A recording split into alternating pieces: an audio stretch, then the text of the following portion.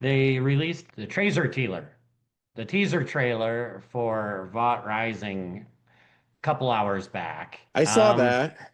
I mean, Yeah, it looks more serious than The Boys, but I know that's probably a lie. But the tone of the trailer I liked better than the show. oh wow. I don't know about prequel stuff. Obviously, our Lord of the Rings didn't go that well.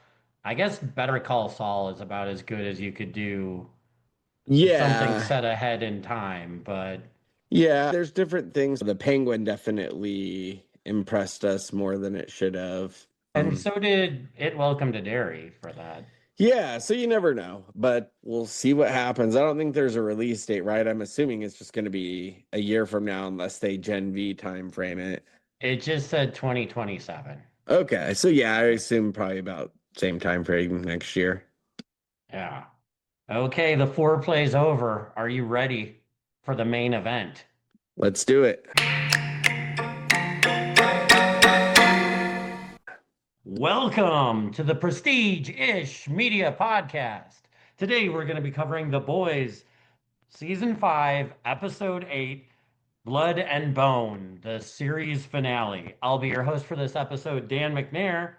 And with me is somebody who, on his tombstone someday, long from now, it will read Craig 4, Dan 3 in The Boys Deadpool. And then under that, it's going to say, Oi, fuck off, you cunts. It's Craig Lake. Yeah, I would at least claim 4.5. Let me see how I've got the final tally here. Let's pull up Well, the I, big I board. can do a little setup based on doing some research after the last episode, and then we can update the scoreboard as we go through. Okay. A little bit of cleanup from last week. Specific to the Deadpool, Craig had the actor playing Black Noir, Frenchie, and I can confirm Dognot broke his neck. I was a little unclear at the end of the last episode, but that's three for Craig. I only had Firecracker, and that's one for me.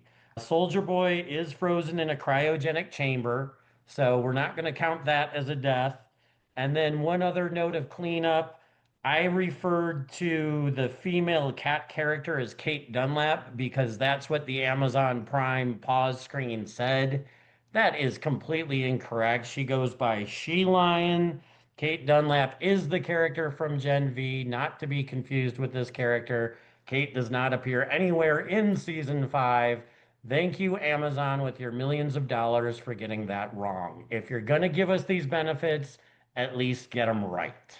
I did notice there is a way to trigger more info than the crappy info it gives you because it used to be you would just tap and it would give you a lot of info. But I think you either got to tap on the right side or pause and tap. It's not as good as it used to be, that's for sure. I'm going to take a half point for them pretending to kill Soldier Boy a million times. So I will take my half You already and won 4-3. Like, don't I'm don't just be gypsy garage sailing me here for an I extra just half have point. You I already actually won. I just have question mark is what I have next to him. Is Walt Disney alive or dead, Dan? You tell me. He was dead before they froze him. He They this just guy preserved his died. body on This ice. guy died 3 times. All right. Let's talk about the actual show. So, what are your initial thoughts and a rating on the series finale? I'll give it an 8. In a vacuum, I was fine with it. I felt like I saw some negative chatter, and I don't know why it's any more negative than the rest of what I've been watching the last pretend 2 years, but 5 years. I thought it was fine. I thought they put a pretty good button to everything. Could it have been different? Sure. Could it have been worse? Sure. I thought it was fine. And they at least delivered down the stretch. I think first episode and back half of the season was passable. Okay. I myself gave it a 9. On the last pod, we had some predictions and an extensive Christmas list. Like, you can't get everything, but I think there was a lot that it delivered on. I think they tied up character stories nicely without making it a 2-hour finale. I'm glad they didn't do that. And I was generally pleased with what I got and where it left me at the conclusion of the show. We start with Frenchie's funeral. You would expect a lot of butt stuff. We do see that Kimiko is reverted to being a mute, but we don't spend an extensive lot of time on the funeral. I think it did its service, it got its one-liners in, and then we continue with the episode. Did you have any impressions or reactions to the funeral? Did he say he saw everyone's butthole but Kamiko, basically, or did he eventually say he saw Kamiko's butthole? We never got confirmation, but I think that's one that just could be assumed. Yeah, if you're rounding all the bases, go home, I say. You D- were probably more concerned with Kamiko's butt of just about anybody there. Certainly after Starlight, there's only one butthole I would care about, for crying out loud. All right. Join us in the after episode for Craig's butthole rankings. So moving on, we Dog get not kind his of last. Go ahead. we get a Homelander commercial in the style of the Jesus Super Bowl commercials, and we get a return of Ryan, which is one of the things that we called. He's living somewhere called Kolvered, which is a town in Norway. Homelander catches up to him, tells him he's son of God, and Ryan gives it to him pretty straight. He speaks for the audience and just basically says everything that everybody else is probably too afraid of, but he seemed to hit all the right notes in his argument. Homelander gets a little deflated, like yet another outreach on his part didn't work out because he's a total douchebag, and he flies away. I do want to say that in some previous seasons, other than the Lego stuff, Ryan might have been a little bit more of a tough watch. But I give him credit. The doses that we get in season five, I think this kid has pulled some of his acting skills and talent together, and I think he did a pretty good performance. I think the bar's been set pretty low. I still would have preferred this in Lego form. Did they switch him with his brother, his twin brother? Who knows? And I think not really seeing the return of Samir or the daughter or him. I know that was one of my predictions, but I just think that's weird. Like we didn't really get like a good goodbye with them earlier in the season. You know what I mean? It just seems like maybe obviously we do get the return of Juan Carlos Stanton at the end, but I would have maybe expected that to shake out a little different. But it was good enough. And I will agree that this is probably his best season. All right. So then from there, we flash over to the Gen V house, which apparently is where they buried Frenchie. But you get a cameo by Cricket, who her hair is a little darker. Like Yeah, that's gonna be a big no for me, dog. That she's like that your favorite. that hair color change definitely brings her down a notch or two. Oh Def my gosh, this diva. Definitely like we end last season with Kate and Sam, but we don't see them all season? Question mark? Like Yeah, I was expecting a lot more out of the entire Gen V storyline to be relevant here, but just the way they ended last season, it seems like they took my criticism to heart, but made me watch two seasons of another show to get there. Yeah, this was all fine. I don't know that it really got us anywhere. They in the pre-episode, they gave the Brave Maeve thing. We get no Maeve cameo. So I guess it's Chekhov's Maeve's journal. But yeah, we didn't really ever get any Maeve payoff, but they replay the like Starlight was all excited, and now the other chick, Harry Potter, is excited or whatever. What did you make of all of that? I wanted to ask you what you would pick in given the choice of suicide or moving to Canada. Where do you come down on that great debate? I could go to Canada. Do you have any Canada lore? Never looked into it, but as I've said repeatedly on the pod, I'm a huge Degrassi fan, so The is I it could go for it, eh? Are they all like Terrence and Philip, like they talk with like their sideways mouth or whatever? Yeah, that's definitely a thing. Okay, I thought it But was. all Craig has learned of the rest of the world is through South Park. I did appreciate you mentioned the Maeve thing. No, we don't get her, and that was something on our board. I did, as Marie and Annie were having that conversation, sometimes it feels like the characters go nowhere and they just churn in these will they, won't they circles, and there's very little character development. And where somebody is at the end of the season is basically where they were at the beginning of the season. But the way that they pointed out here, I thought there was an interesting arc over 5 seasons. So it's slow change for Annie that she did start out just like Maria's now. And basically, she has wound up being more similar to Maeve as we're introduced to Maeve at the beginning of the show. So the character has had something of an arc as she's gone through this experience. And I appreciated the nod to some sort of character development when a lot of times in the show it feels like there's none. Yeah, I think the biggest glaring hole, though, is them setting up this character Marie to be like the only one who can combat Homelander, just to have her move some people in a van down by the river. And then if she's not here, Gen V aside, if she's not here this season, does anything change? You mentioned the one character development thing with Starlight, but that could have been pointed out another way. Like, was there really any real benefit here?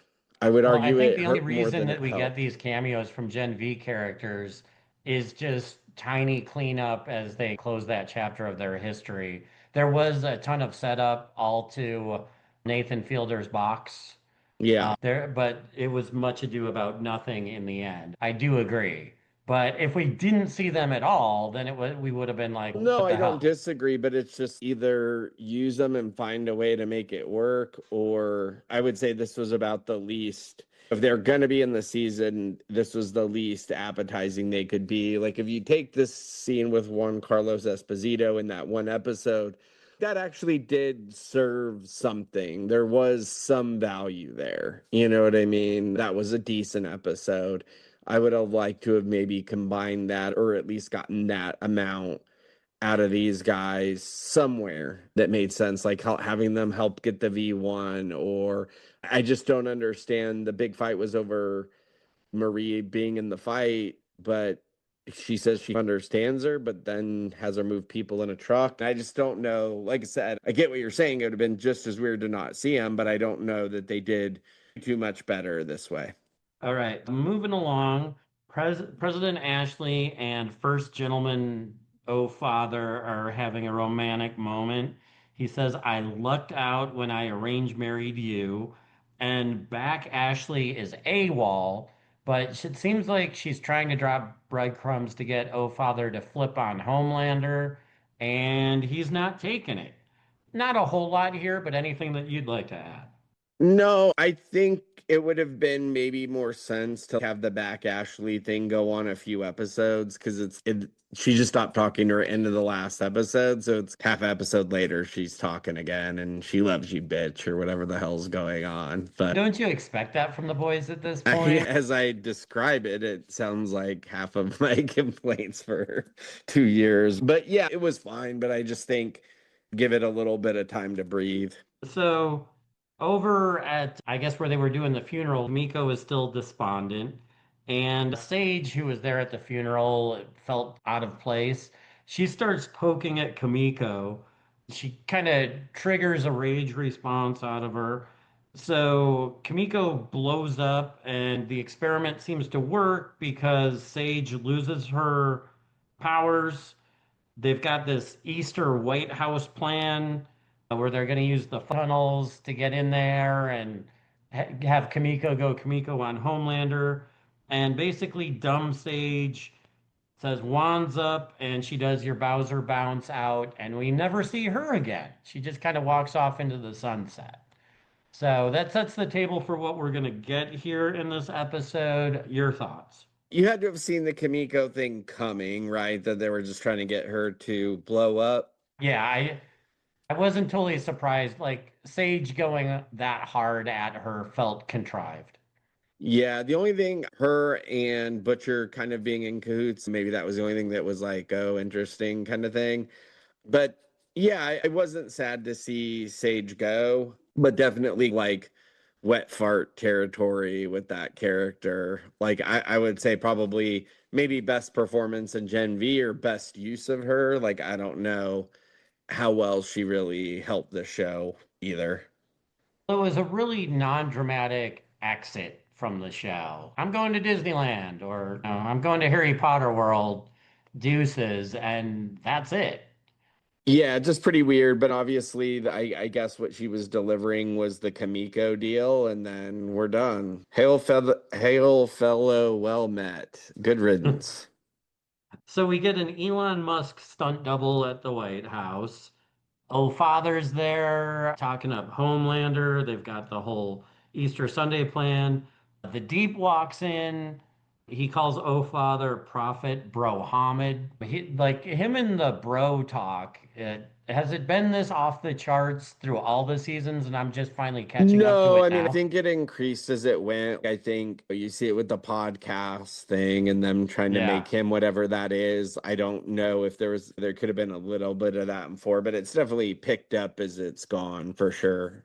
Yeah, so Homelander dismissed the Deep last episode, and then like he really hits him verbally hard, talking him down to nothing. The Deep wants to be some sort of a Knights Templar or some sort of a person on a crusader, and Oh Father tells him that wasn't in the Bible, and you probably learned that from an Indiana Jones movie. And basically, like the Deep is left kind of with nowhere to go. He doesn't know what's going on. Any more on him? We can eventually get to his ending, but I like him better than Oh Father. I like him better than Ashley. I like him better than Sage. Of what's left, he's top half of the board, maybe. Wow, I never would have expected that coming out of season one for you. And I think just as we see what was getting ready to take place, not having him on either of his our boards was pretty wild. Definitely. I was definitely checking and remembered our conversation about not taking him, but was still shocked. But I think the logic was sound that Kripke'd want to pull him, dust him off. But I'm sure he'll do like deep on video. Somebody puts it in the VCR and we get the deep cuts. Yeah, I'll probably pass on that. So Homelander starts addressing the nation. He's wishing them an Easter Sunday, and he's about to have his reveal, or he's gonna reboot the country, or however it's marketed out. The boys get pinned in the tunnel, and they actually get rescued by Ashley, of all people, who it seems like she wanted to make a move on Homelander. Oh, Father wasn't willing to help. In the moment of crisis, of all things, it's Ashley to the rescue, and then she bails. So they make it into the White House, and the Deep and Starlight have a showdown, which is what you're talking about. And Deep is basically, I think I might be getting a little bit ahead of myself, but so they start to fight, and they go offset, off the White House grounds. Oh Father is next. So he's coming after Hughie, Mother's Milk, and Butcher. We do get a reminder that Hughie is a techie, which they haven't touched on much in 4.5 seasons. But where we were talking previously about the greatest hits, there are a lot of marks in this last episode where they attempt to come full circle or they make nods at previous things. I should mention that the Blood and Bone title, we get to a reenactment of that, but that's from a sequence when Butcher and Homelander had a standoff, either at the end of season two or season three, setting up basically the confrontation that we're about to get to. But anyway, we get Huey with Tech, and Mother's Milk gets Oh Father with the old ball gag. It's the oldest trick in the book. Use the indestructible ball gag on the guy that can shout hard, and it blows his head off, which I was happy to see because that brought me within a point at this point on the Deadpool, and it's now Craig 3, Dan 2. Thoughts on seeing Oh Father bite it? Glad to see him go. I would be remiss if I didn't put out the quote from Ashley that was something like, if she actively helped them and Homelander saw that he would pull her tits through her vagina, I think was the quote.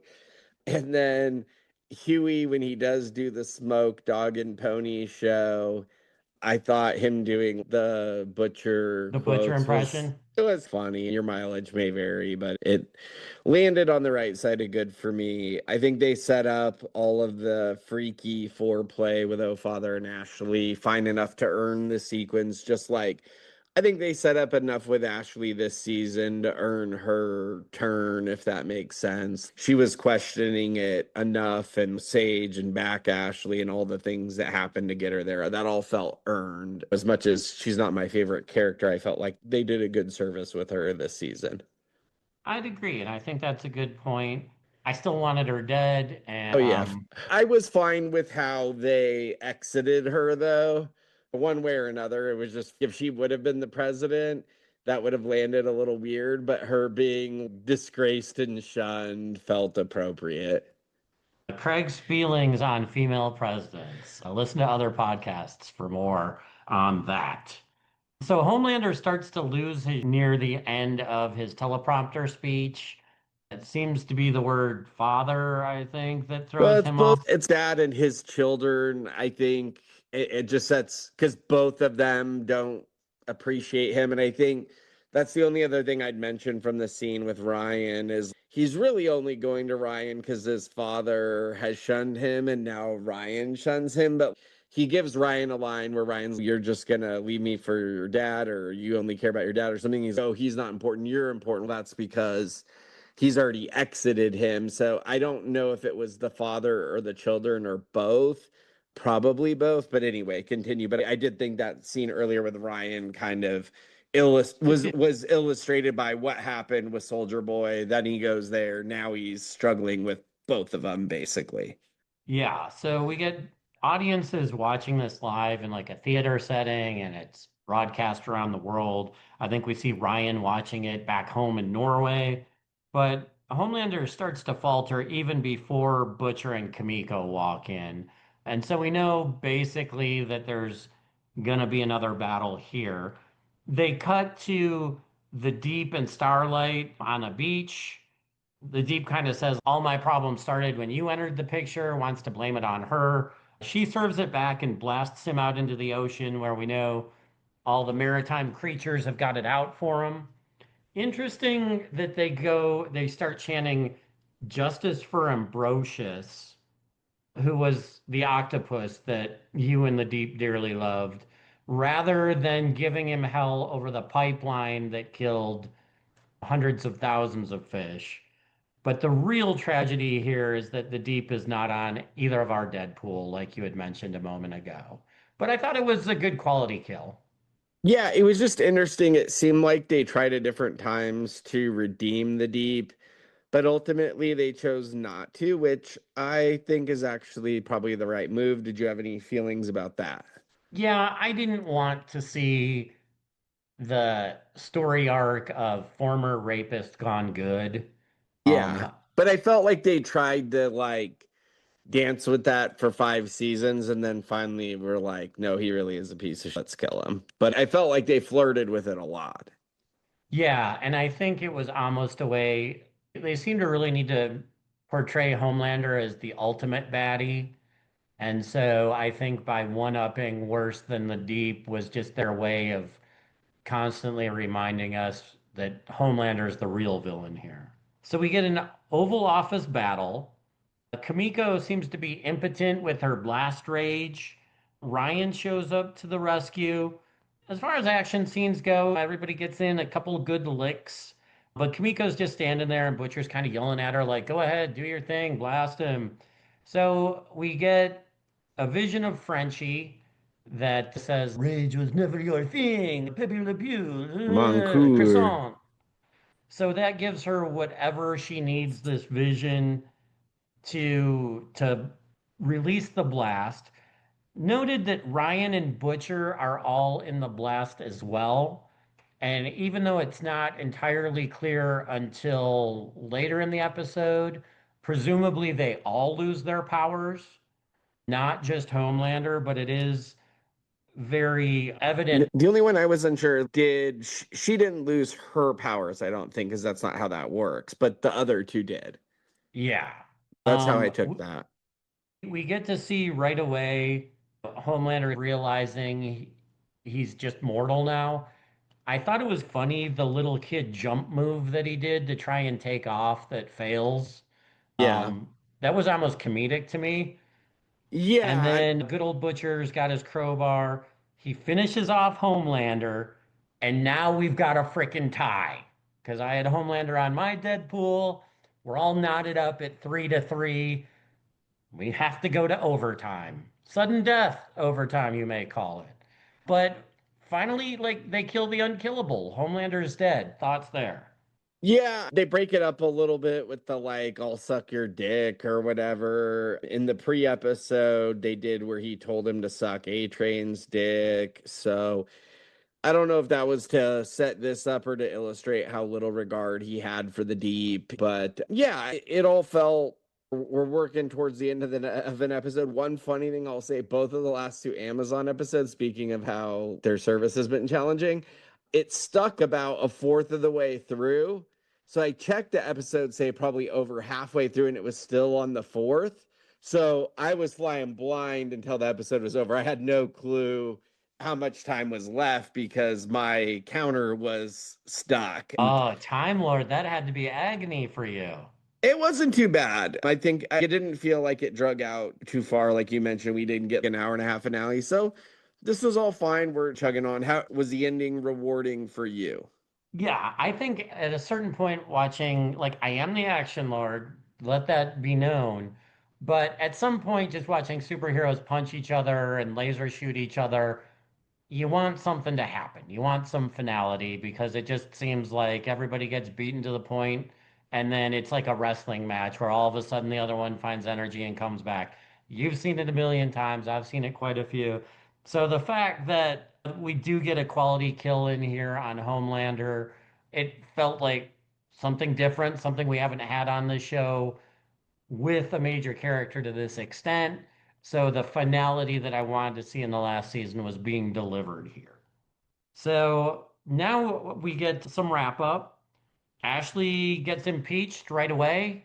Like, she claims that the whole thing was her idea and then she's sent off to prison. Butcher tries to make a play for Ryan. Boy, now we can live just like your mom always wanted us to. And rightly, Ryan rejects him. He says, my dad was terrible, but I didn't choose you. You're not a good person. So I like that in this moment of finality, we don't get painted Butcher as a hero because he has been such a piece of the last at least 3.5 seasons. Then we see Terror die, the dog, the bulldog, also not on the Deadpool. Stan Edgar comes back to Vought. We see like a news item on that. And I almost wondered, like, there are a lot of different ways that they could bring it back 2 or 3 years down the line. And I think showing that, yes, it could be tying up that character, but it could also be leaving a breadcrumb for later. Butcher grabs the virus as he discovers Terror and takes off in the van. I kind of threw a lot of images and characters at you there. A chance for you to respond. Yeah, I think we can safely assume that Butcher did kill his dad earlier in the season. I think we can just kind of put that Yeah, on the which, board. and it's just so weird that I don't know to what point. Agreed. It's almost like the Homelander thing, but with Butcher the last really few seasons. But yeah, other than that's my main thing. I could go either way with the Ryan thing. I think that was your clue, though, that definitely both their powers were gone because he's, oh, you might, we just two normal blokes now, ain't we? Kind of deal. And Your impression is better than mine. You might um, get the half point just for the Butcher impression.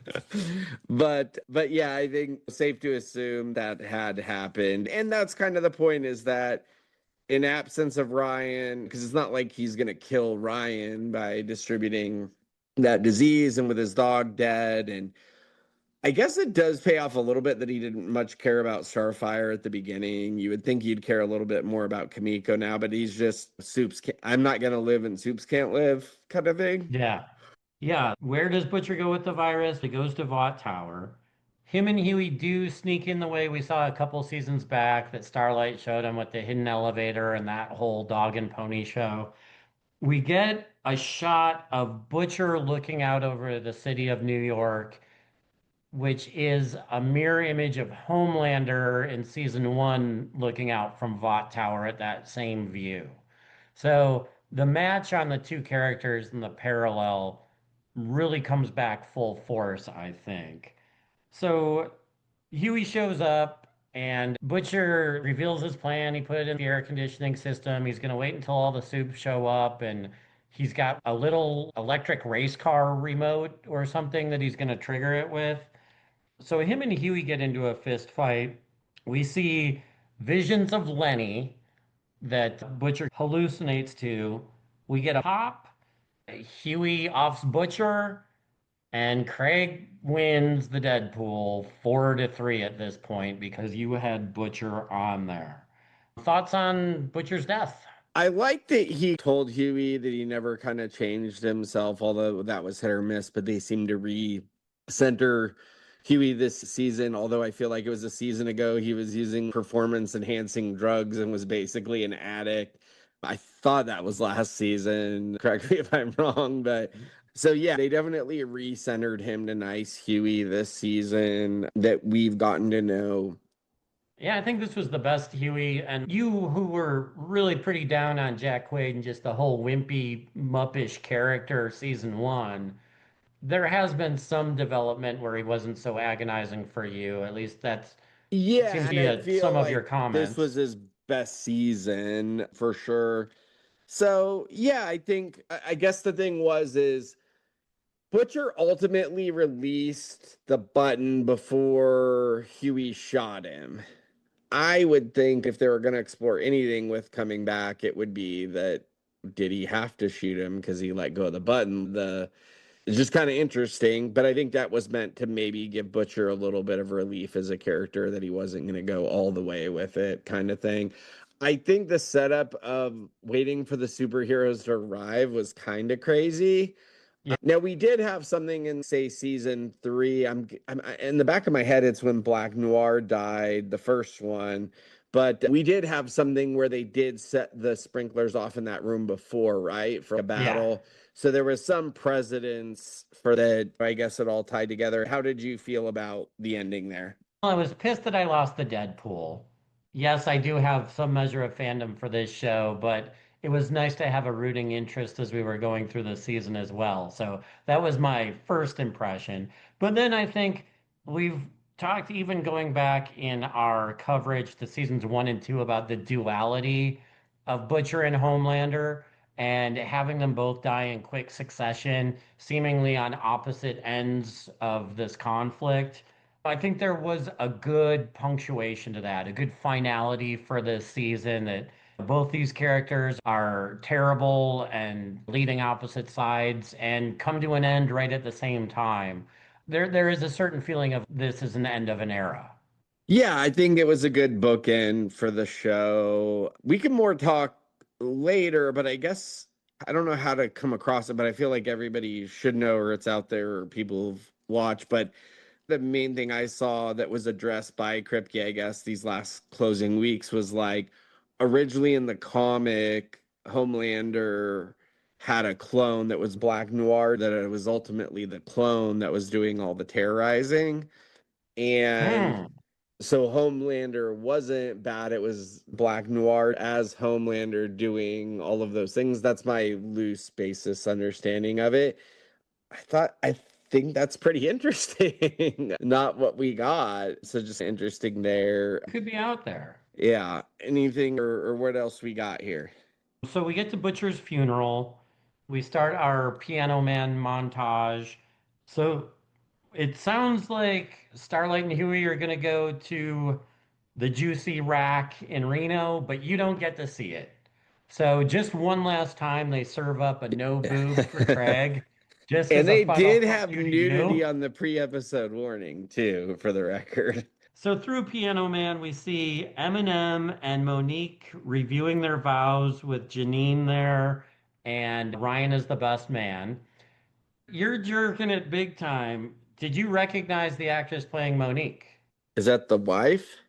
Yeah. So it's the same Monique that we had back in season 3, but she's also the wife of Cooper Howard in Fallout. It's Barb Howard.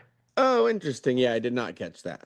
So we've got some in prestigious universe overlap going on. But I'm like, she looks familiar. Where have I seen her?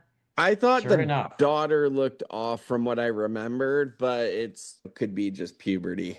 Could be. So they're back together. Kamiko's in France enjoying a Madeline cookie. Huey's opening an electronics store. He's come full circle.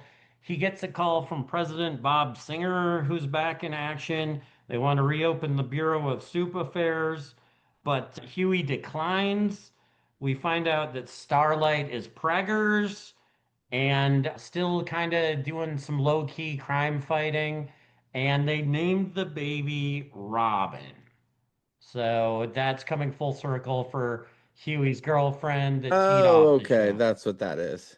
And I kept Yeah. calling her Jordan or something stupid when we originally started our coverage. Yeah, that ending for me, the Starlight and Huey of it felt right. They finally got together. There's no more will they, won't they? I feel like Mother's Milk is probably the next call that Singer makes, and we get the him versus Juan Carlos thing that I predicted. Um, They give Sage her powers back to fight him. I do want to say that I do feel really bad for Starlight if she really does have all the health issues that she says she has, and I have no way to know either way, so I'll just believe that she does. But they were saying she could barely stand by the end of this, so who knows if it's stress or body criticism or real, but definitely feel bad for somebody to. I think she did a good job in the show, as good as anyone but Homelander. Homelander, obviously, the high mark. Butcher to Anthony it. Starr, yeah. Butcher right below that, but for a season and a half, it's just too much of the same thing. But I think, and Huey too, but I think Starlight right up there with consistent performances throughout the season. So I feel bad that this was not a great experience for her. As much as we like to joke and we'll talk about each other and other people, and everybody gets a turn on the machine. But yeah, I do feel bad that this wasn't a better experience for her because I think she did a good enough job. Yeah, and I don't think we've ever really on Starlight of all the No, characters. So no, no, no. I I, would I'd like to close it with this discussion. So I'm curious your thoughts. Just a couple months ago, we covered Stranger Things.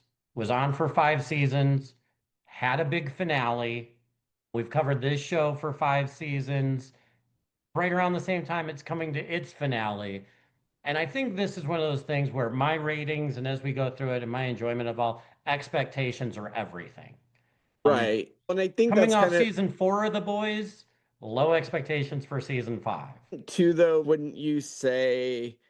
And it was probably a little bit longer of an experience too with Stranger Things, just because of how they strung out the seasons and you're seeing these people grow up. The Stranger Things in the public, just a different level of attention than the boys. So the expectations were just going to be higher, not even just Dan's expectations, but the world's expectations. It was just more in the zeitgeist. But what I would say, comparing two scenes that were supposed to have kind of a similar feel and they took different paths about it. But if you remember when Jane 11, whatever, ends that season of Stranger Things, and then if you think of how Kamiko channeled her Frenchie love, like different, totally different levels and planet. So I get that you're ranking this episode ahead of that, but I feel like the emotional connection in that show was deeper. And then to a different point, you were like glad we didn't get a lot of extra exposition, but like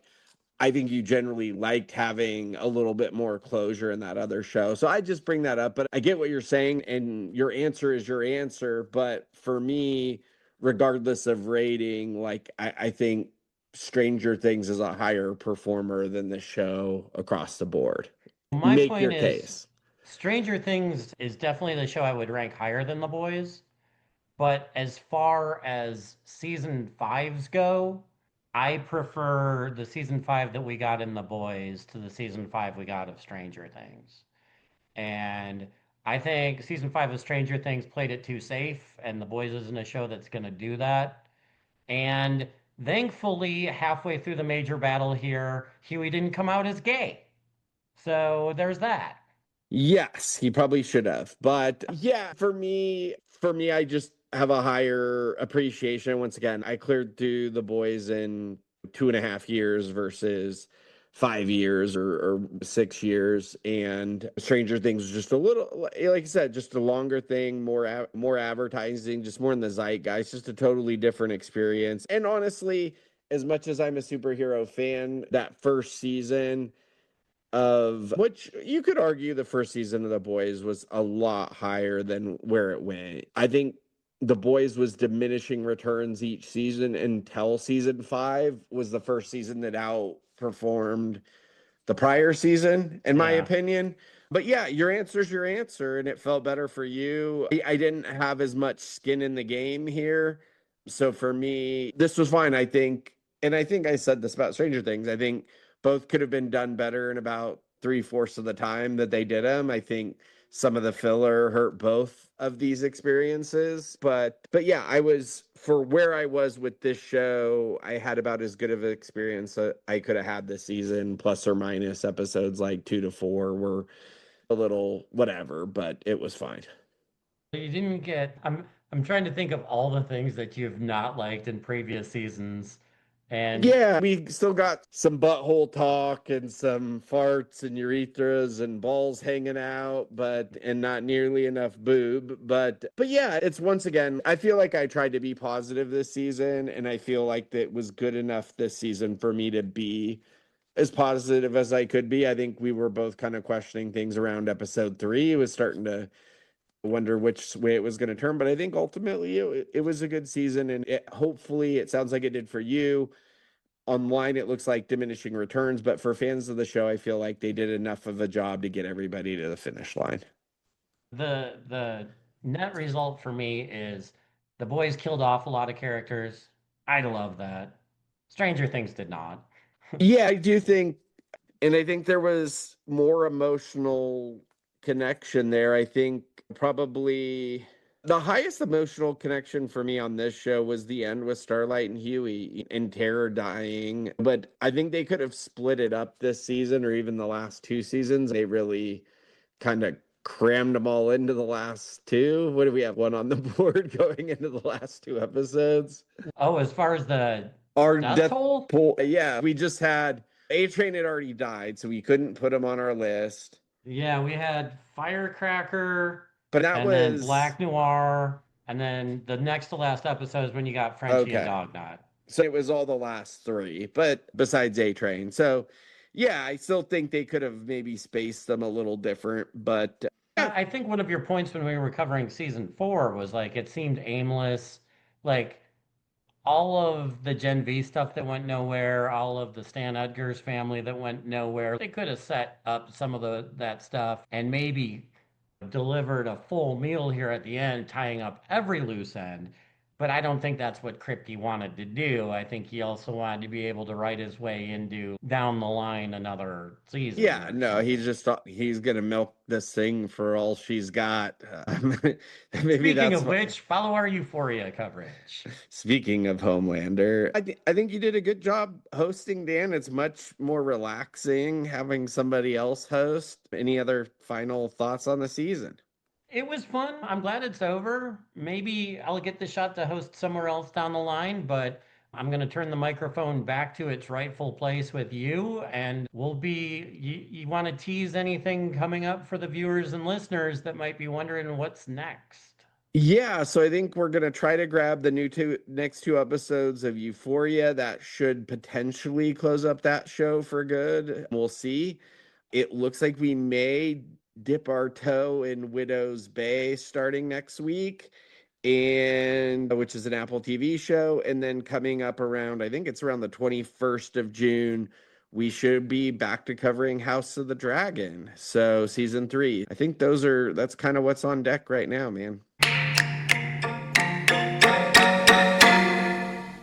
Have you seen the trailer for Lanterns and what's your thought on that these days? It's on our website as a show we will potentially cover.